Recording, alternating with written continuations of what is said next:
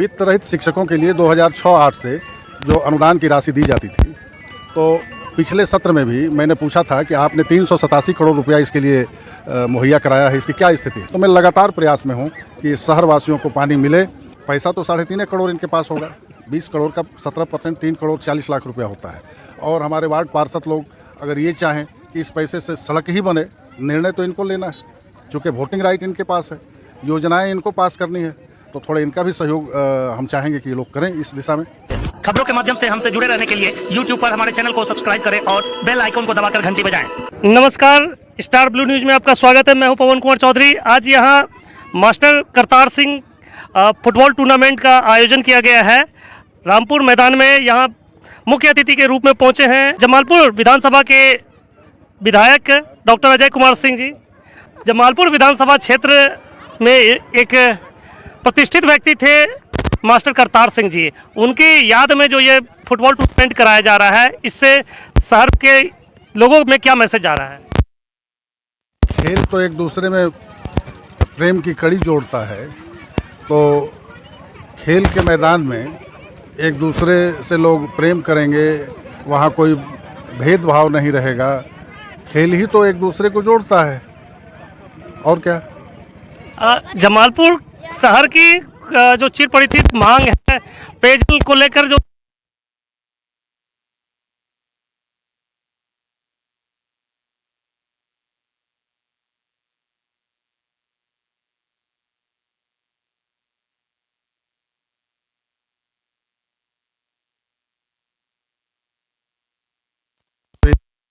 और सरकार का जवाब आया है। इतना ही नहीं, जब रेलवे को पैसा देने की बात थी जिससे काम बाधित था, वो 59 लाख रुपया नगर विकास आवास ने दिया था पीएचडी को टावर बनाने के लिए।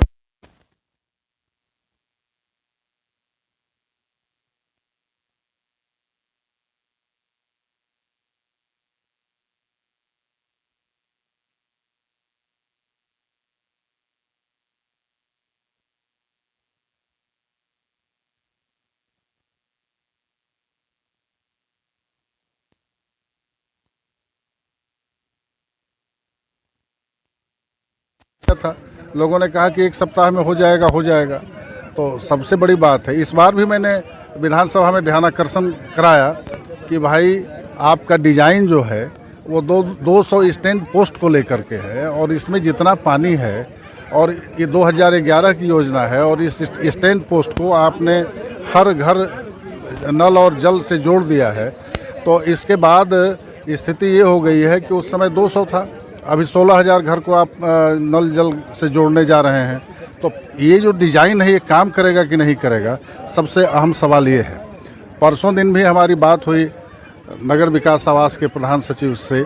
मैंने कहा कि ये आपका उडको काम नहीं करता है, तो हम आपसे ये चाहेंगे कि आप एक दिन मुंगेर चलिए और नगर परिषद जमालपुर की भी स्थिति देखिए कि ये लोग क्या कर रहे हैं, क्यों नहीं जो है सो लोगों को पानी मिल रहा है। तो मैं लगातार प्रयास में हूँ कि शहर वासियों को पानी मिले।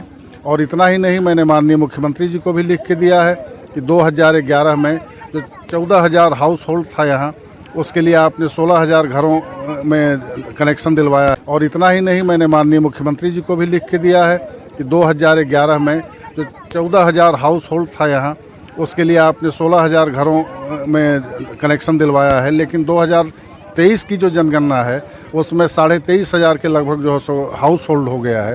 तो इतना जो बढ़ गया, इसको भी ऐड कराने की कृपा करना चाहेंगे आप लोगों से। तो हम अपने लोगों के बीच क्या दर्द है, इसको मैं ठीक से समझता हूँ, और इसकी लगातार इसकी लड़ाई भी लड़ता हूँ, मांग भी करता हूँ। और जिस दिन प्रधान सचिव आएंगे उस दिन उडको का हिसाब भी होगा। आप पिछले दिनों बजट सत्र में आपने जमालपुर की सड़कों को लेकर भी आपने मांग उठाया था, जिस पर उप मुख्यमंत्री तेजस्वी यादव की ओर से भी कुछ सकारात्मक पहल किया गया था, चर्चा हुई थी। तो क्या कुछ सड़कों के मरम्मतीकरण और निर्माण को लेकर आगे कहाँ तक काम आगे बढ़ा है? देखिए, मैंने तो यहाँ भी लिख के दिया है 4 सड़कों के बारे में, लेकिन छठे वित्त आयोग से करीब 10 करोड़ 70 लाख रुपया नगर पालिका में आया है, और 15वें से 9 करोड़ या 9.25 करोड़ रुपया आया है। कुल करीब 21 करोड़ के लगभग वो हो जाता है या थोड़ा कम होगा। तो इसमें अब सवाल ये है कि वार्ड पार्षद जो हमारे जीते हैं उसका नियम तो यही है कि 17% जो है इस पूरे 15वें और 6ठे वित्त आयोग का 17% पैसा जो है यह सड़कों में खर्च किया जाएगा। तो 2 सड़कें ली गई हैं, एक डीडी तुलसी रोड को और एक जो है सो जुबली वेल से जो है सो भारत माता चौक को। तो पैसा तो 3.5 करोड़ इनके पास होगा। 20 करोड़ का 17% 3 करोड़ 40 लाख रुपया होता है। और हमारे वार्ड पार्षद लोग अगर ये चाहें कि इस पैसे से सड़क ही बने, निर्णय तो इनको लेना है, चूँकि वोटिंग राइट इनके पास है, योजनाएं इनको पास करनी है, तो थोड़ा इनका भी सहयोग हम चाहेंगे कि ये लोग करें इस दिशा में। एक आखिरी सवाल है सर, वित्तरहित शिक्षकों का लेकर, क्योंकि आप खुद वित्तरहित महाविद्यालय के प्रोफेसर रह चुके हैं और मन में बिहार विधानसभा का नेतृत्व कर रहे हैं, तो ऐसे में वित्तरहित शिक्षकों का जो लगातार मांग उठ रहा है, वित्तरहित शिक्षकों की जो दर्द है आप खुद समझ सकते हैं, तो उस पर सदन में कोई सकारात्मक चर्चा नहीं हो पा रही है। इसको लेकर आपकी ओर से सरकार से क्या मांग हो सकती है?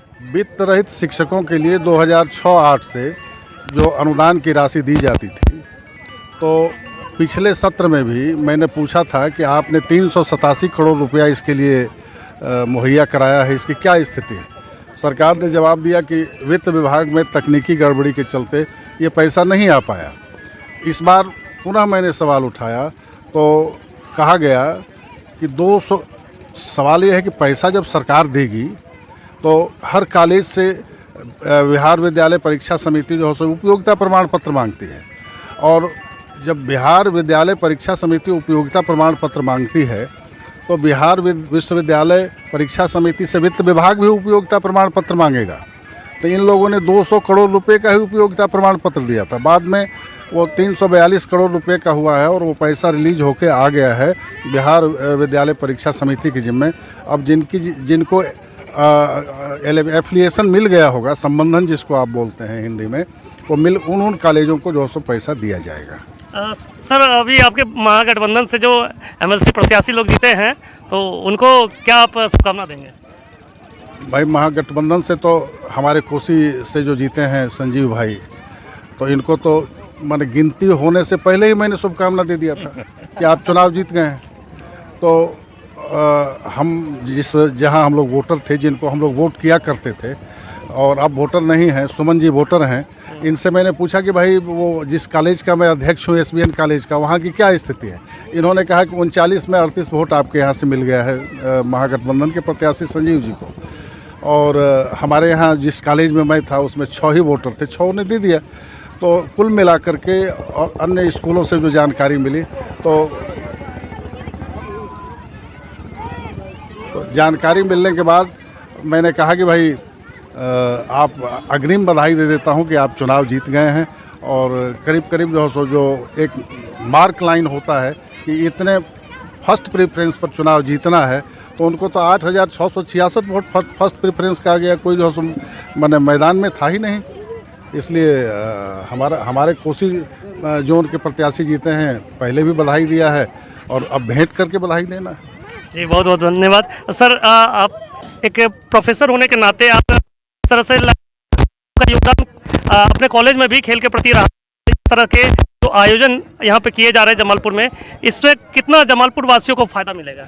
देखिए, सबसे पहले तो मैं ये बता दूं कि आज जिस महापुरुष के लिए, जिनके लिए जो है आज ये मेमोरियल टूर्नामेंट हो रहा है, सर्वप्रथम मैं उनको नमन करता हूँ। वो हमारे गुरु भी रहे और पूरे जमालपुर का एक कोई प्रतीक है सद्भाव का, उसका नाम है करतार सिंह जी। उनको कोई लोग एक सरदार सिख नहीं समझता था, वो सर्वधर्म समभाव के लोग थे। मैं सिर्फ जाना कि आज उनके नाम से मेमोरियल का जो है ना टूर्नामेंट आयोजित किया गया। विधायक जी से भी बात हुई कि आ रहे हैं, मैं स्वतः जो है ना स्फूर्त यहाँ पर पहुँच गया। और जहाँ तक खेल की बात है, मैं मुंगेर विश्वविद्यालय का स्पोर्ट्स सेक्रेटरी भी हूँ, खेल से मेरा जुड़ाव है। मैं लगता है कि जो है ना फुटबॉल और क्रिकेट, 2 खेल का मैं खिलाड़ी बढ़िया से रहा हूँ। इसलिए खेल से जो है ना, खेल के प्रति जो मेरा झुकाव है, उसके कारण जो है मैं हर एक खेल में आपको नज़र आता होऊंगा। और जहाँ तक इस खेल से, इस समाज को जो मिलना है वह अपूरणीय जो है न मिलेगा। आप ये समझें कि यह खेल का आयोजन संपूर्ण जमालपुर म्यूनिसिपल एरिया ही नहीं, मैं समझता हूँ कि इसकी चर्चाएं बरियारपुर में है, लोची में है, कहाँ कहाँ नहीं है। तो ये जो खेल की भावना है, खेल निश्चित रूप से राष्ट्र निर्माण में एक बहुत बड़ी कड़ी होती है। और यह आज उनके सरदार करतार सिंह जी के पुत्र हमारे साईं शंकर जी, गोपाल जी, अन्य लोगों ने जो इसको कड़ी मेहनत करके जो, मैं उनको साधुवाद देता हूं, उनको सद्भावना देता हूं और उनको आश्वासन देता हूं कि भविष्य में यदि ऐसे आयोजन हो तो मैं उनके कंधे से कंधे मिलाकर उनके साथ खड़ा रहूंगा। जय हिंद। ये थे प्रोफेसर डॉक्टर देवराज सुमन सर, जिन्होंने कहा कि इस तरह के आयोजन से जमालपुर शहर ही नहीं युवाओं में भी प्रोत्साहन मिलेगा। साईं जी, आप आयोजक के रूप में जो ये टूर्नामेंट आयोजन किए हैं, इससे जमालपुर वासियों को कितना लाभ पहुंच रहा है? जमालपुर के लोग खेल से जुड़ेंगे, वो एक प्रेम की कड़ी है और जो भी जीते जमालपुर जीतेगा। और सभी जमालपुर के जितने भी बच्चे हैं, मैं उनसे भी अनुरोध करूंगा, उनके अभिभावक से भी, कि वो आएँ इस रामपुर के मैदान में और खेल को देखें और खेल को बढ़ावा दें। और मास्टर करतार सिंह जी को मैं श्रद्धांजलि देता हूं और ये उनका पहला साल है और हर साल यह टूर्नामेंट होगा। यह अभी 16 अप्रैल फाइनल रखा गया है इस फुटबॉल टूर्नामेंट का। उसके बाद फिर एथलेटिक्स का भी प्रोग्राम होगा जिसमें जमालपुर के सभी बच्चे खेलेंगे, सभी स्कूल के बच्चे। आने वाले दिनों में जमालपुर के युवा खिलाड़ियों को अधिक से अधिक मौका मिलेगा। बिल्कुल बिल्कुल, सभी युवाओं को मिलेगा, जितने भी स्कूल के बच्चे हैं सभी को मिलेगा। ये थे समाजसेवी साईं शंकर जी, जिन्होंने स्पष्ट रूप से कहा कि मास्टर करतार सिंह जी के जो उनकी याद में, जो उनकी मेमोरी में जो ये मेमोरियल टूर्नामेंट, फुटबॉल टूर्नामेंट आयोजन किया जा रहा है, उससे जमालपुर के युवा खिलाड़ियों को आगे अधिक से अधिक मौका मिलेगा। हमारे साथ उनके पुत्र हैं सरनजीत सिंह जी। सरनजीत जी, करतार सिंह जी जो जमालपुर शहर के एक महान व्यक्ति थे, उनकी तुलना किसी से की नहीं जा सकती है। वो अपने आप में एक महान व्यक्ति थे।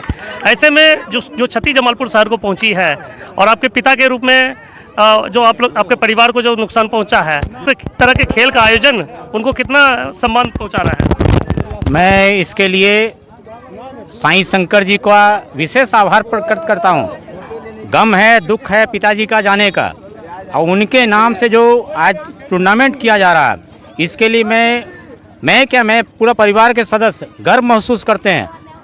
विधायक जी से निमंत्रण दिए थे उनको, वो आ गए, ये गर्व की बात है। और साईं शंकर, कमलेश्वरी जी, मैं सबों का शुक्रिया अदा करता हूँ।